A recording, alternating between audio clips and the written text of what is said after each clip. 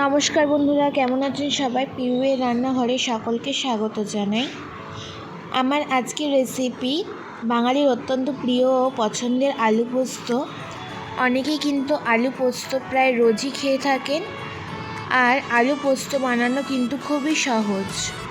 আর অনেকেই আলু পোস্ত ভীষণই ভালোভাবে বানাতে পারেন, কিন্তু আমি কিভাবে বানাবো সেটা আপনাদের সাথে শেয়ার করব।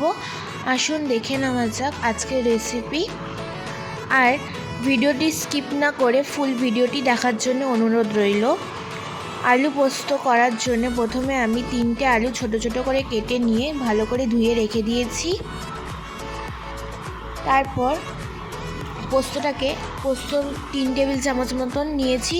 পোস্তটাকে খানিকক্ষণের জন্য ভিজিয়ে রেখে দিয়েছি। এবার আমি ছেঁকে নিয়ে শিলের মধ্যে দেবো। শিলের মধ্যে দিয়ে 3টে কাঁচা লঙ্কা দিয়ে ভালোভাবে বেটে নেব। আর পোস্ত কিন্তু মিহি করে বাটা যাবে না, মিহি করে কিন্তু বাটলে পোস্ত ভালো লাগে না। এই একটু একটু দানা দানা রেখেছি। এবার একটা কড়াইতে 3 টেবিল চামচ তেল দেওয়ার পর দেব কালো জিরে ফোড়ন আর একটা শুকনো লঙ্কা ফোড়ন। ফোড়ন দেওয়ার পর ভালো করে নাড়াচাড়া করে নেওয়ার পর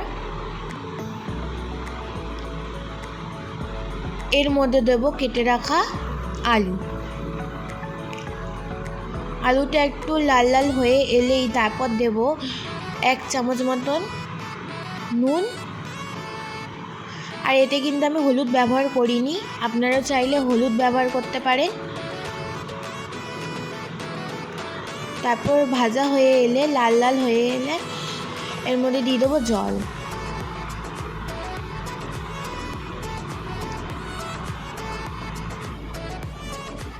তারপর ঢাকনা দিয়ে কিছুক্ষণ ফুটিয়ে নেব। সিদ্ধ হয়েছে কিনা একটু দেখে নিচ্ছি।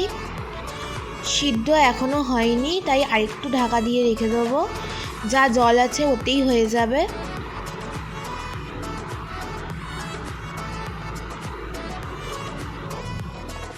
দেখো কিছুক্ষণ পর দেখছি এবার হয়ে গেছে। এবার আরেকটু নাড়াচাড়া করে নেওয়ার পর এবার আমি বেটে রাখা পোস্তটা দিয়ে দেবো।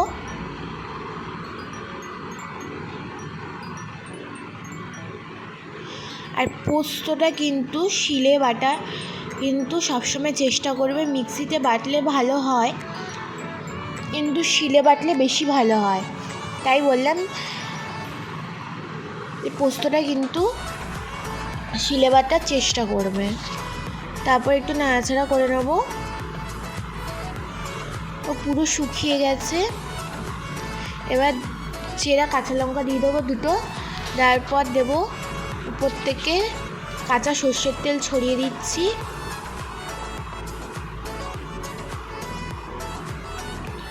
আর একটু নাড়াচাড়া করে নিয়ে এবার আমি নামিয়ে নেব। এখন আশা করি আজকের ভিডিও আপনাদের ভালো লেগেছে। অবশ্যই আশা করি সকলের রেসিপিটি ভালো লেগেছে। যদি ভালো লেগে থাকে তাহলে অবশ্যই বানিয়ে খাবেন। আর আজকের ভিডিও যদি আপনাদের ভালো লেগে থাকে please like, comment and share. আর অবশ্যই সাবস্ক্রাইব করে দেবেন। আজকের জন্য এইটুকুই। আবার পরের দিন নতুন ভিডিও নিয়ে হাজির হব। টাটা।